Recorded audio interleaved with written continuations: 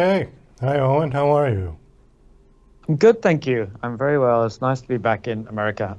Are you a little jet lagged? No, we arrived the day before yesterday, so we're over it now. I think I'm used to that. I just try and stay awake until it's bedtime in the country I'm in, and that seems to work for me. How long are you going to be here? I'm here for about 2 weeks. Tomorrow I head up to Portland. That's the first stop for the book festival over there, and then I go around the country for 2 weeks, and then back home just in time for the run up to Christmas. So, the 2 weeks that you're here, it's going to be all book tour? Yeah, I'll be doing some schools during the day, and then in the evening I will do a local bookstore. So this is kind of I'm doing a little mini press tour today just to set up a lot of those visits. Well, you're here to promote your new book, and your new book is called Juniper's Christmas. And for people who don't know who you are, your series, the Artemis Fowl, is probably your most famous, I would say, yeah? Oh, by a long shot. Yeah, that's the one that lets me go off and do different projects in theater or in TV that might not pay off because I have that big series there to keep me in people's minds. So I'm very grateful to Artemis. I looked at the website. How many books are in that series? Look like 10, 12? No, there are 8 books, and then there's a kind of a spin-off series which has 3 books. So no, actually, you're right. You're right. Douglas. It is 11. So I take all everything I said. I just take it all back. Before we get to the new book, can you give just a quick overview of Artemis, just so people who might not have heard of it know what it's sort of about? Well, Artemis Fowl is a 12-year-old criminal mastermind, which is quite unusual. And even more unusually, his target is not humanity, but fairies. He's convinced that fairies do exist, and if he could find one, then he would get a crock of gold, and maybe he would get a couple of wishes, and he could use these wishes to heal his mother, who has some mental health problems, and to find his father, who has been kidnapped by the mafia up in the northern Russian city of Minsk. So it's very unusual to find a 12-year-old dealing with these problems, and that's what I like. I like that he's a child who's extremely competent and succeeds where adults have failed. Was there any inspiration from Peter Pan for this character?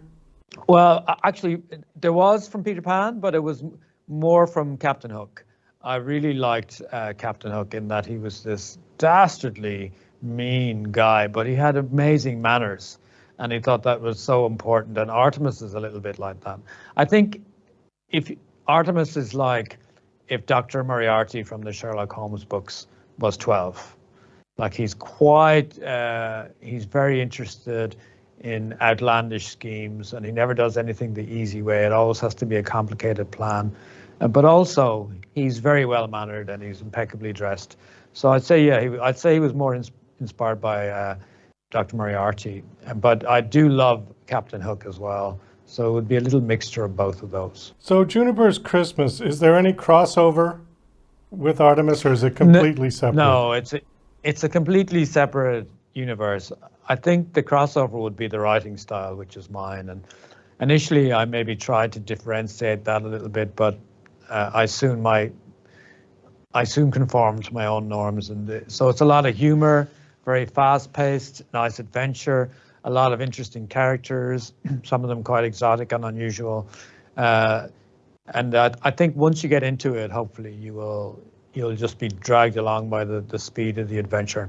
But unusually for me, it has quite a warm heart, and that you really will want Juniper to find her mother, and you really will want Santa Claus to recover a little bit from the passing of his wife.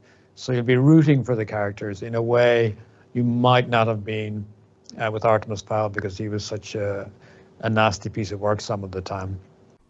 Why did you decide to write a Christmas themed book? I think it was just the time in my life when I was realizing how important Christmas was to me and my family.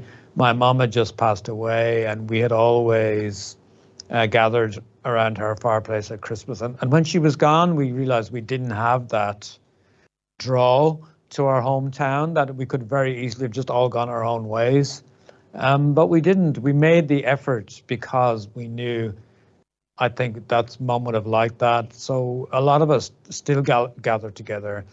And it really crystallized for me how important Christmas is.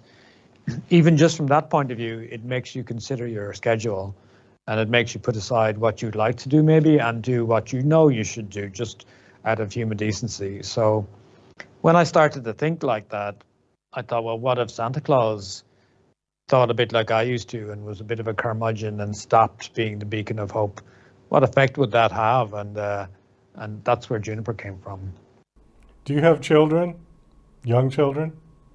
Not young children, no. I have two grown-up boys, men. So Finn is 26 now, and Sean is 20. So, but we still kind of, I think a lot of young people and older people, they kind of revert to being younger children when it comes to Christmas. So my boys, even though they're grown men, they still like their mother, to lay out their giant stocking that they've had since they were 4 on the sofa. They still like to have that particular brand of sweets that they like at Christmas. They like to have those, even though they might need them all year. So a lot of us, we just go back to who we were when we were kids, and that just shows how important that is to people in their lives. That one day a year. So you still get together with the family? Do you put up a tree and do all of that? Oh yeah, we go. We do everything. That we do the turkey, the big dinner. And Jackie's mother, my wife's mother, Betty, lives with us, and it's her birthday on Stephen's Day on the 26th. So we have 50 people maybe coming to our house the day after Christmas. So it's a double celebration for us, and we love to see there's usually a new baby or two. So we love to see that.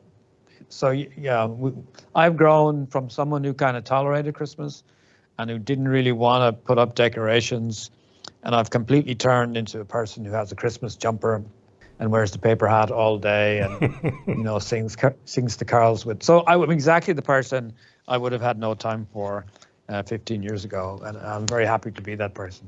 So tell us just a little bit about Juniper, about the character. What is she like? Juniper is inspired by the amazing characters in children's books when I was growing up. People like Pollyanna and Pippi Longstockings, Anne of Green Gables, these like indomitable young ladies who just lit a room up by coming into it, who made everybody's life better that met them. And I really wanted Juniper to be like that, someone who just had an effect on people. And so she is determined when her mum goes missing that she is going to find her, and she's going to enlist the help of the elusive Santa Claus, who has no desire to help anybody. He's too wrapped up in his own grief. And so it takes someone with a force of personality and will, like Juniper, to bring him back to the light, if you like, to give him a sense of hope in the future. So I knew that for the character to achieve this, she had to be really extraordinary. So hopefully I've done her justice. And she's based on an amalgamation of girls I taught when I was a primary teacher. Is this set in modern times, or is it set in the past? Or it's a modern book. I think it has that London timeless feel. If you walk through a park in London in the winter, it really could be modern, or it could be 200 years ago, because you feel like you've been dropped in Peter Pan territory. Beside the Darling's house, there was a park outside the window, and this is set in an area like that, and it's based on Eaton Square, which is a park in London, where my agent used to have an office. So I remember looking at that park and saying, this could be Peter Pan's park. It's amazing and it's timeless. So it has that timeless feel, even though it is based very firmly in the present day. Okay, is this a one-off, or is this going to be a series?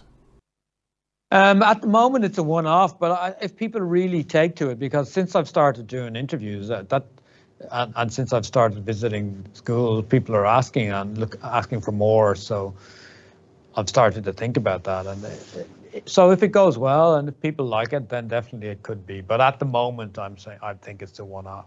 We've got just a couple of minutes, and there's something on your bio I wanted to ask you about. It says a Christmas concert musical Noel. Yeah. What did you do? Yeah, Did you write that? I wrote that. I didn't write the music. I wrote the book and the lyrics. So I work with a composer. His name is Liam Bates. He's a wonderful composer from my hometown in Wexford, Ireland. And we've been working together on projects for years. And I'm a big lover of musical theatre. So we were asked would we be interested in doing a Christmas musical, which we did. And it toured North America 3 Christmases ago, just before COVID.